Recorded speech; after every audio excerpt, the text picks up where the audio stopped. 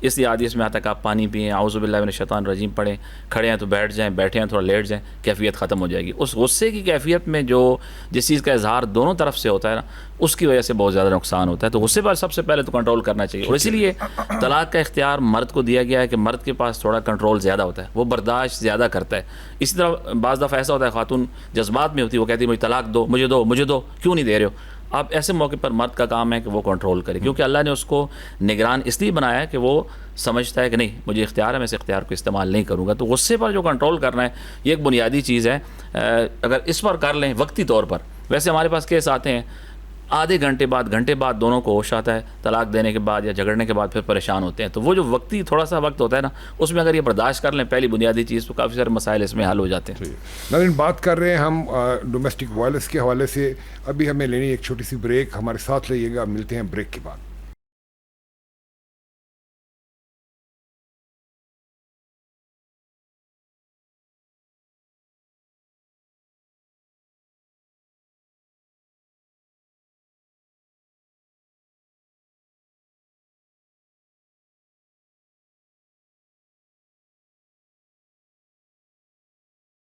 Welcome back ناظرین. شاہ صاحب آپ سے بات کرنا چاہیں گے. اب ہم یہ دیکھتے ہیں کہ ہمارے معاشرے میں اس میں جو غیرت کے نام پہ قتل ہوتے ہیں، پہلے تو اس کے اوپر ایف آئی آر ہی درج نہیں ہوتی، اور اگر ایف آئی آر درج ہو بھی جائے تو اس میں مقتول کے جو وارثین، ظاہر بات ہے وہ بھائی نے مارا ہوگا تو باپ اپنے بیٹے کو بچانے کی کوشش کرے گا، باپ نے مارا ہوگا تو بیٹے باپ کو بچانے کی کوشش کریں گے، تو وہ عدالتوں میں جا کے وہ مجرم کو معاف کر دیا جاتا ہے. تو کیا اس سے جرم کو زیادہ شے نہیں ملتی، یا کیا اس قانون میں تبدیلی ہونا لازم نہیں ہے؟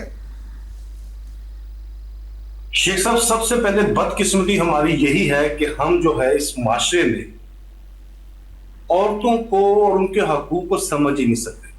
یہاں پہ صرف غیرت کے نام پر قتل کر دینا، کہ بہت سارے عورتیں جو ہیں بیچاری وہ غیرت کے نام پر کس لیے قتل کر دی جاتی ہیں کہ جی اگر ان کی شادی کریں گے تو ان کو جائیداد میں سے شیئر دینا پڑے گا، اور بڑا آسان کر دیا جاتا ہے جی غیرت کے نام پہ قتل کر. اب آپ دیکھیں شیخ صاحب، اس کے اوپر جو مدعی ہوتا ہے وہ یا والدہ ہوتی ہے یا والد ہوتا ہے یا بھائی ہوتا ہے. پہلے تو بات یہ ہے کہ یہ کیس رپورٹ ہی نہیں کرتے کہ جی خاندان میں بدنامی ہوگی، معاشرے میں بدنامی ہوگی. اگر یہ رپورٹ ہو بھی جائے کیس، تو سر وہ باپ یہ کہتا ہے جی کہ میں نے اپنی بیٹی تو گوا دیا، بیٹے کو تو نہ گواؤں. جی وہی میں بات کر رہا ہوں. جی اب تیسری بات سر اس میں یہ ہے کہ آپ کو اعداد و شمار کے مطابق سر جو ہیومن رائٹس کمیشن کے اعداد و شمار ہیں 2024-25 کے دوران 500 سے زیادہ کیس رپورٹڈ ہوئے ہیں، یہ اور 3 گنا کیسز وہ ہیں جو رپورٹڈ ہی نہیں ہوئے غیرت کے نام پہ قتل کے جو ہیں، غیرت کے نام پہ قتل کے. جی سر اس میں غیرت کے نام پہ قتل جو ہے وہ 10% ہے، اور جو اس میں باقی فیکٹر ہے وہ 90% ہیں، جس میں سب سے بڑا فیکٹر لارڈشپ جو ہے شیخ صاحب، وہ سب سے بڑا فیکٹر یہ ہے کہ اگر بیٹی کو شادی کر دی اور یہ اپنے دوسرے گھر میں چلے جائے گی تو یہ جائیداد بھی ساتھ لے جائے گی، اپنا ہاف شیئر. یہ ہم 1400 سال پہلے والی جاہلیت کے زمانے میں ابھی بھی. اور یہاں پہ سوشل پریشر، فیملی پریشر، یہ سارے پریشر اس بات کے ثبوت ہے کہ یہاں پر عورت کے لیے زندگی گزارنی بہت مشکل ہو چکی ہے، اس کی سروائیول بہت مشکل ہے. جی ڈاکٹر صاحب، کسی کو مارنے کے بعد سمپل یہ بہانہ کرنا کہ یہ میں نے مار دیا مجھے بڑا غصہ آتا ہے، کیا یہ قابل قبول ہے؟ سر دیکھیں، غصہ ایک ایموشن ہے بیسیکلی، جو کہ نیچرلی ہر انسان کو غصہ آتا ہے. اس کا ایکسپریشن ڈفرینٹ ہے، کچھ لوگ وربلی اظہار کرتے ہیں، کچھ یعنی اکیلے ہو کے اظہار کرتے ہیں، کچھ شاؤٹ کر کے.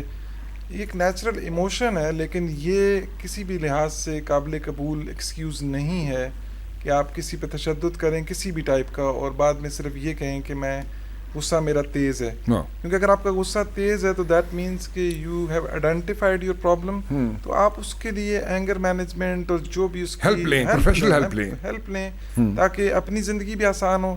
جیسے مفتی صاحب ابھی کہتے ہیں کہ غصہ مین چیز ہے جو کسی بھی رشتے کو تباہ کر دیتا ہے. اگر غصہ کنٹرول میں نہ رہے تو رشتے تباہ ہوتے ہیں. تو یہ کسی بھی طرح سے ایکسیپٹیبل ایکسکیوز نہیں ہے. ڈاکٹر صاحب ابھی ہم نے جیسے پہلے بات کی کہ غصہ ایک ایموشن ہے اور اس میں ایک اس کی ریزن یہ بھی ہو سکتی ہے کہ یہ ایک لرنڈ بیہیویئر ہمارا ہو جاتا ہے بچپن سے.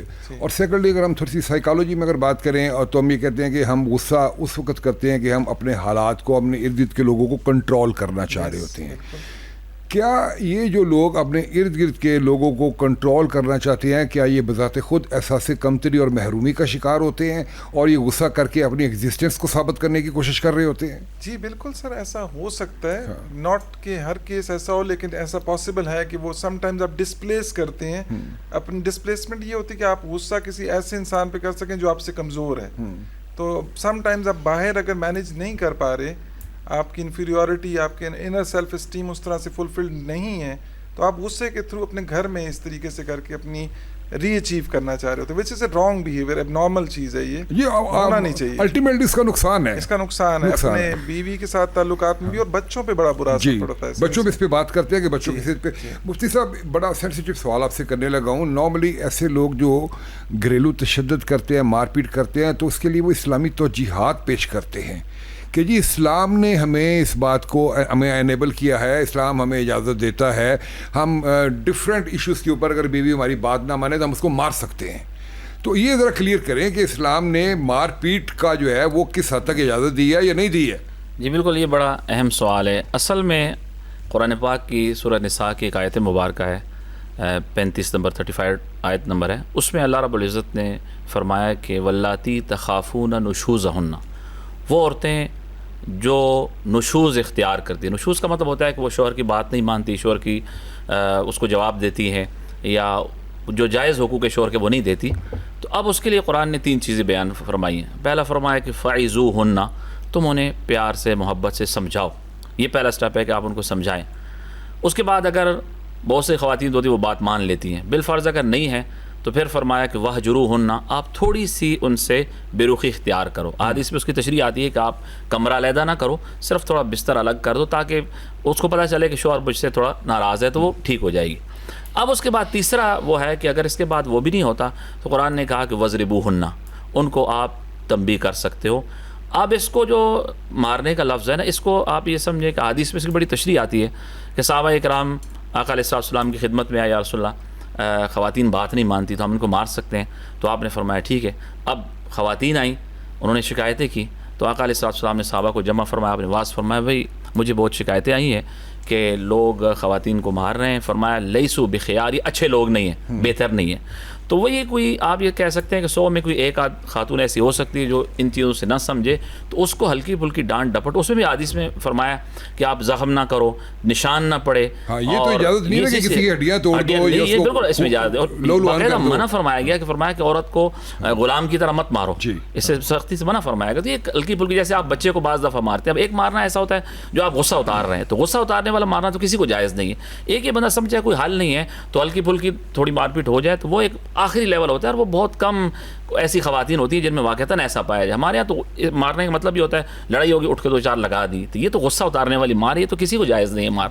وہ جو مار ہے نا, آپ یہ سمجھتے ہیں یار اس کا کوئی اور حل نہیں, شاید عورت کو میں ایک آدھ تھپڑ لگاؤں, اس میں بھی منع فرمایا کہ چہرے پر نہ مارو, زخم نہ لگے, نشان نہ لگے, تو شاید وہ ٹھیک ہو جائے. وہ ایک آدھ کیفیت ہے, قرآن میں ہے, اس میں اس کا انکار نہیں کیا جا سکتا, لیکن یہ کہنا کہ تشدد والی مار نہیں ہے. بالکل شاہ جی, آپ سے بھی ایک بڑا سینسٹیو سوال کرنے لگا ہوں میں.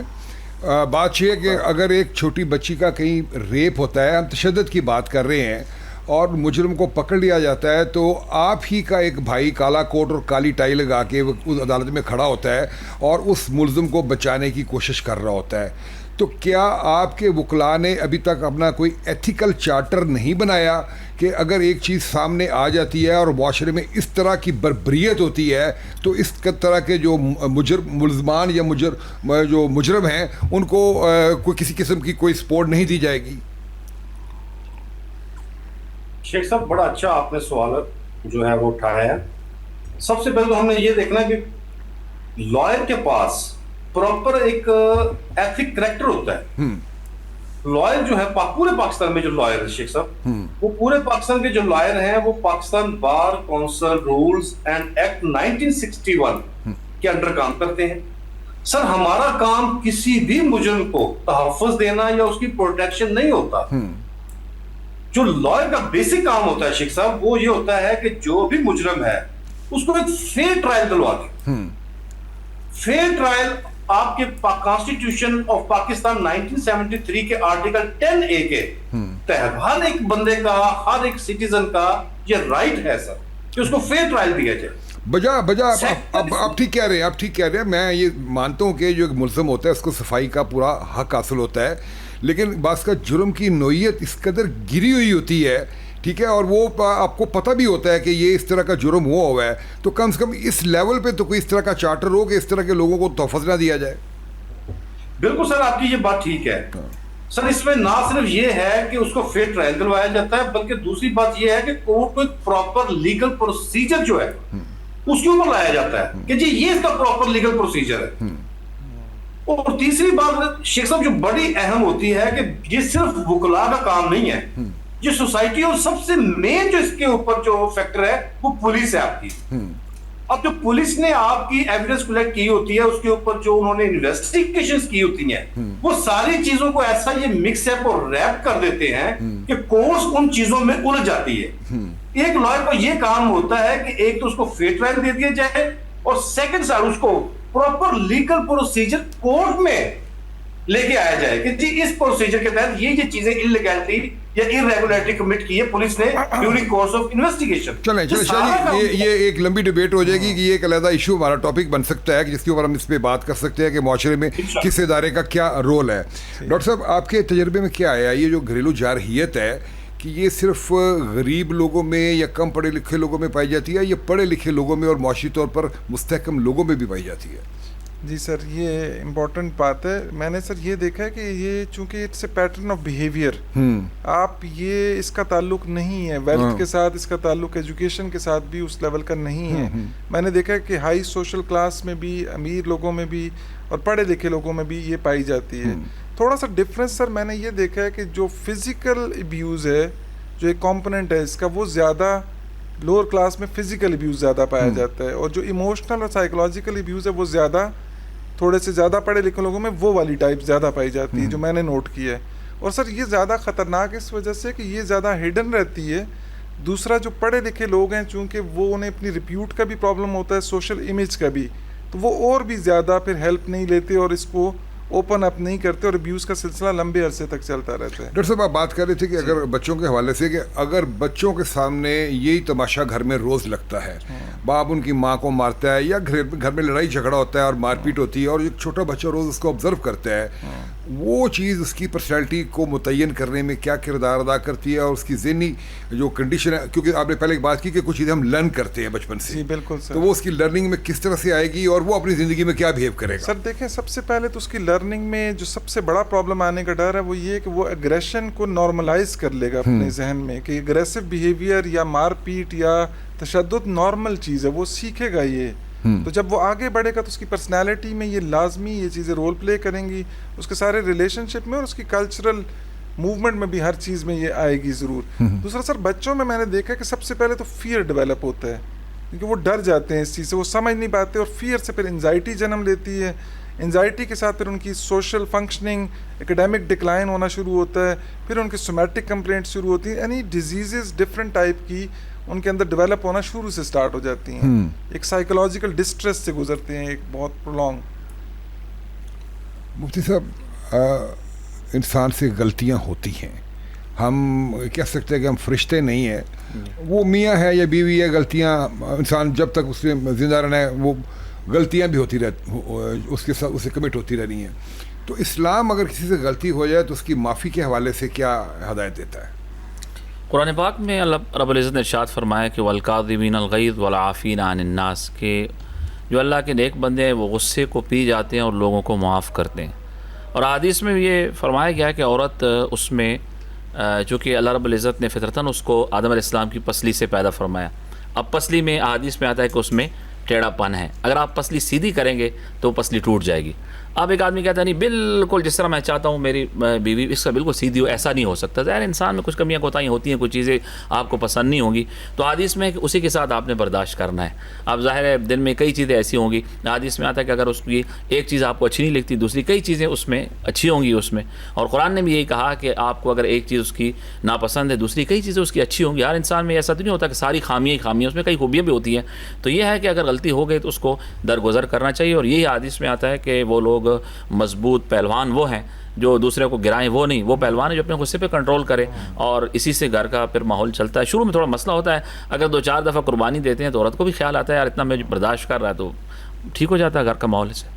شاہ جی آپ نے جیسے بھی بات کی کہ بہت سارے جو جرم ہوتے ہیں ہمارے معاشرے میں وہ رپورٹ ہی نہیں ہوتے, اور اسی طرح سے بہت سی جو خواتین جن کو مارا پیٹا جاتا ہے وہ اس ڈر سے اس بات کو رپورٹ نہیں کرتی کہ اگر ہم رپورٹ کریں گی تو خاوند کے پاس اختیار ہے, وہ 3 لفظ بولے گا اور ہمیں طلاق دے کے گھر بھجوا دے گا. تو یہ پھر عورتیں جو ان کے ساتھ اس طرح کا ظلم ہوتا ہے اس کے بارے میں قانون کیا ان کو تحفظ فراہم کر سکتا ہے, یا اگر ایک عورت رپورٹ کرتی ہے اور اس کا اس کو طلاق دے کے گھر بھیج دیتا ہے تو وہ بیچاری کہاں جائے گی؟ شیخ صاحب بہت اہم کویشچن آپ نے کیا ہے. جی شیخ صاحب پاکستان میں لا کے اندر خواتین کے پاس کافی لیگل پروٹیکشنز ہیں, صرف اویئرنیس کی کمی ہے. ایون اگر خوف کی وجہ سے یا اس کو گھر سے نکال دیا جاتا ہے اور وہ ایک سمپل اپلیکیشن دے گی, جو میں نے پہلے بھی آپ سے عرض کیا تھا کہ ڈومیسٹک وائلنس ایکٹ 2016 جو پنجاب نے بنایا ہے بہت زبردست قانون ہے شیخ صاحب. اس میں تو اگر آپ کورٹ نے ایک سمپل اپلیکیشن دے گی وہ خواتین, تو نہ صرف ان کو گھر واپس وہاں پہ بسایا جائے گا, اور اگر وہ وہاں پہ نہیں رہنا چاہتی اور وہاں پہ خوف محسوس کرتی ہے اس کی جان کو خطرہ ہے تو کورٹ اس کی آلٹرنیٹو رہنے کا کوئی بندوبست کرے گی. یہ کورٹ کی ذمہ داری ہوگی, یہ گورنمنٹ آف پنجاب کی ذمہ داری ہوگی. آپ بجا کہہ رہے ہیں, میں تو یہ پوچھنا چاہ رہا ہوں نا کہ کورٹ تو چلو اس کو واپس زبردستی لے آئے گی, لیکن دین کے حوالے سے مفتی صاحب بھی ہمارے ساتھ بیٹھے ہوئے ہیں, وہ منہ سے 3 دفعہ اس کو طلاق طلاق طلاق کہہ دیتا ہے, اب کورٹ اس کو اس گھر میں کیسے لا کے بسائے گی؟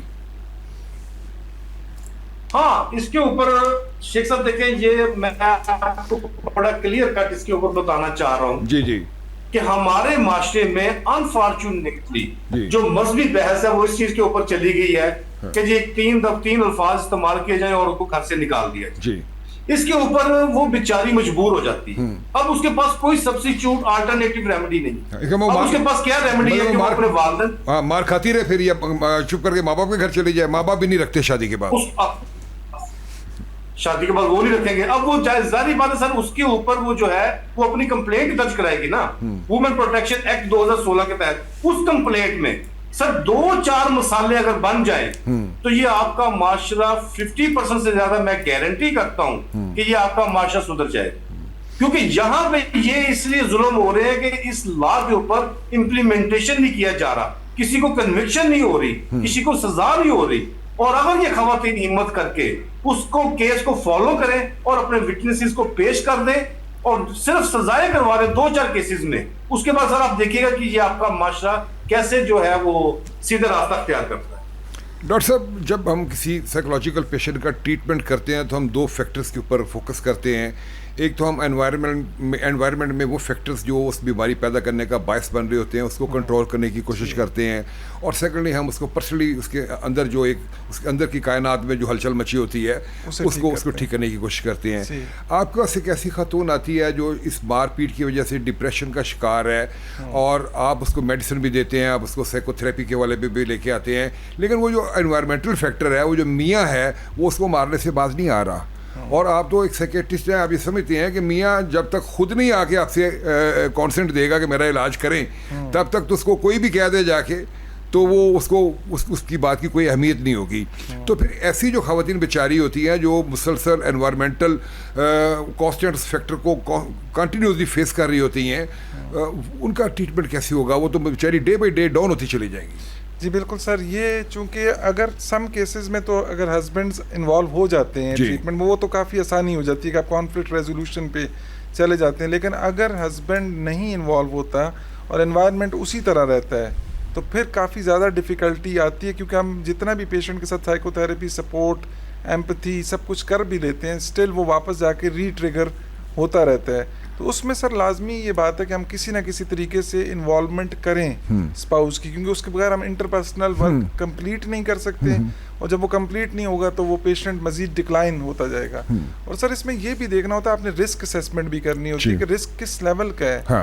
اگر آپ کو ڈسپائٹ آل دا ایفرٹس بھی لگتا ہے کہ رسک بڑھتا جا رہا ہے فزیکلی یا کہ زندگی کا رسک آپ کو نظر آ رہا ہے، تو پھر آپ مزید فیملی کو بلا کے آپ ڈفرینٹلی بھی رپورٹ کر سکتے ہیں. بالکل مفتی صاحب، کسی بھی معاشرے میں علماء جو ہوتے ہیں ان کا ایک بہت بڑا کردار ہوتا ہے کیونکہ ممبر ان کے پاس ہوتا ہے. تو آپ کیا سمجھتے ہیں کہ ہمارے معاشرے میں علماء جو ہمارے دینی اسکالر ہیں وہ اپنے ممبر پہ بیٹھ کے اس جو معاشرے میں یہ ظلم ہوتا ہے یا ناانصافی ہوتی ہے اس کے بارے میں وہ اپنی کیا بہترین ایفرٹ کر سکتے ہیں؟ جیسا کہ میں نے شروع میں عرض کی تھی کہ ہمارے دین میں ایک مستقل شعبہ ہے معاشرت کا نا، اس کو ویسے بیان بھی کیا جاتا ہے، مزید بھی اس کو لوگوں تک پہنچانے کی ضرورت ہے کیونکہ بتایا جائے کہ یہ ہمارے دین کا ایسا معاشرت، لوگوں کے ساتھ یعنی گھر والوں کے ساتھ اچھا رویہ اختیار کرنا، بچوں کے ساتھ، گھر والوں کے ساتھ، بہن بھائیوں کے سب کے ساتھ، یہ ہمارے دین کا ایسا اور اس پر ہمیں ثواب ملتا ہے.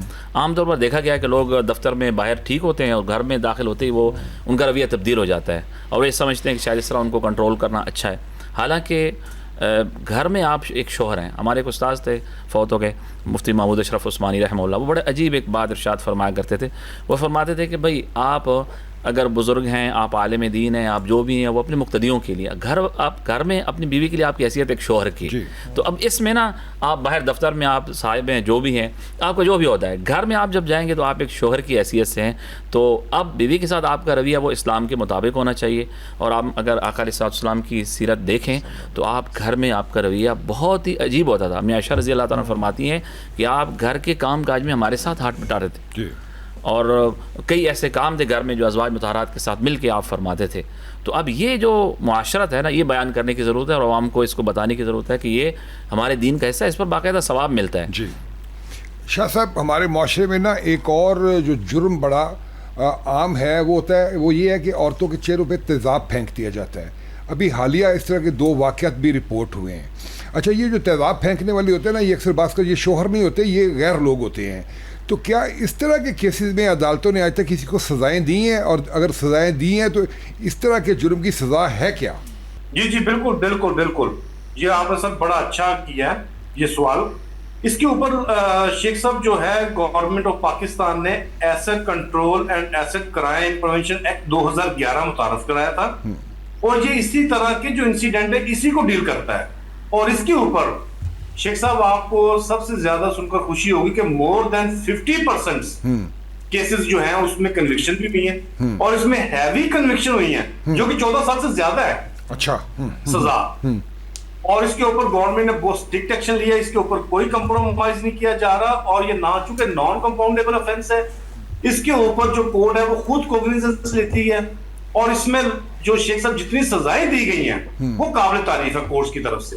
اور اس میں جو ہے بڑا summary trial within a months یا ود ان 2 and 3 months جو اس کا ٹرائل کر کے اس میں جو کنوکشن دی جاتی ہے وہ up to 14 سینئر ہے. اور اسی وجہ سے آپ دیکھ لیں کہ آپ کے معاشرے میں یہ چیزیں تھوڑی سی کم ہوتی جا رہی ہیں. جہاں پہ آپ سزا اور جزا کا قانون لاگو کریں گے وہاں پہ ہمیشہ جو ہے انصاف قائم. ڈاکٹر صاحب، آج بھی ہمارے معاشرے میں کچھ ایریاز ایسے ہیں جہاں پہ بچیوں کی بہت چھوٹی عمر میں شادی کرتی جاتی ہے. حالانکہ قانون اس کو 18 سال لمٹ مقرر کرتا ہے، لیکن وہ 14 سال 13 سال کی عمر میں بھی شادیاں کر دی جاتی ہیں. شادی ایک کوئی فزیکل خالی ریلیشن تو نہیں، شادی ایک بہت بڑی ذمہ داری کا نام ہے. تو ایسی جو بچیاں جن کی بہت چھوٹی عمر میں شادیاں کر دی جاتی ہیں، وہ ان کی مینٹل اسٹیٹ جب ان کے اوپر ذمہ داری آتی ہیں، فوری بچے پیدا ہو جاتے ہیں، تو یہ عورتیں جو بچیاں ہوتی ہیں ان کی ذہنی صحت کے اوپر کیا منفی اثرات مرتب ہو سکتے ہیں؟ سر شیورلی دیکھیں، اگر 13-14 سال کی عمر میں شادی کر دی جائے گی تو دیٹ مینس کہ اس فیمیل نے ایجوکیشن کمپلیٹ نہیں کی، شعور کی کمی ابھی ہے، ابھی وہ اس لیول تک میچیور بھی نہیں ہوئی ایموشنلی، فزیکلی، سائیکولوجیکلی کہ اس ذمہ داری کو لے سکے. تو جب وہ برڈن ڈالے گا اور اس کے پاس وہ والے سپورٹ سسٹم نہیں ہے، ایجوکیشن نہیں ہے، شعور نہیں ہے، میچیورٹی نہیں ہے، تو ظاہری سی بات ہے کہ وہ ڈیفیکلٹ سیریز سے گزرے گی. اور ایسے پیشنٹس میں رسک آف ڈومیسٹک وائلنس بھی انکریز ہوتا ہے، کیونکہ انٹیمیڈیٹ کرنا بھی آسان ہوتا ہے. بچی خود ہی میچور ہوتی ہے، میچور ہوتی ہے، اپنے رائٹس کو بھی اتنا نہیں سمجھ پاتی، آواز بلند کرنا بھی نہیں سمجھ پاتی، تو رسک بھی بڑھتا ہے ڈومیسٹک وائلنس کا. ایک سر میں پوائنٹ جی میں ڈالنا چاہتا کہ ڈومیسٹک وائلنس کے بارے میں سر امپورٹنٹ بات یہ کہ this is not a simple family dispute. میرے خیال میں اویئرنیس اس چیز کی ضروری ہے کہ یہ ایک proper public health, mental health اور لیگلی ہیومن رائٹس کا ایشو ہے. جی یہ انڈرسٹینڈنگ لوگوں کے لیے جو وکٹمز ہیں یا جو لوگ اس سے سفر کر رہے ہیں ان کے لیے یہ انڈرسٹینڈنگ ضروری ہے کہ اس میں ہیلپ لینا ان کی ویکنیس نہیں ہے، اٹ ول ہیلپ دیم اور وہ اس سے نکل سکیں گے. ڈاکٹر صاحب بالکل بجا کہہ رہے ہیں، لیکن ابھی جیسے ذوالفقار شاہ صاحب یہ بات کر رہے تھے کہ پرابلم اس ہمارے معاشرے میں یہی آتی ہے کہ اگر اس پہ ایک عورت بڑا پروٹیسٹ کرتی ہے یا اسٹینڈ لے لیتی ہے تو ڈر اس کو اس بات کا ہوتا ہے کہ مرد اس کو گھر بھیج دے گا، مرد اس کو چھوڑ دے گا. چھوٹے چھوٹے بچے ہیں، ٹھیک ہے، اس کو یہ ڈر ہوتا ہے کہ اس کی ریمیڈی نہیں اس کے پاس کوئی بھی آ رہی ہوتی.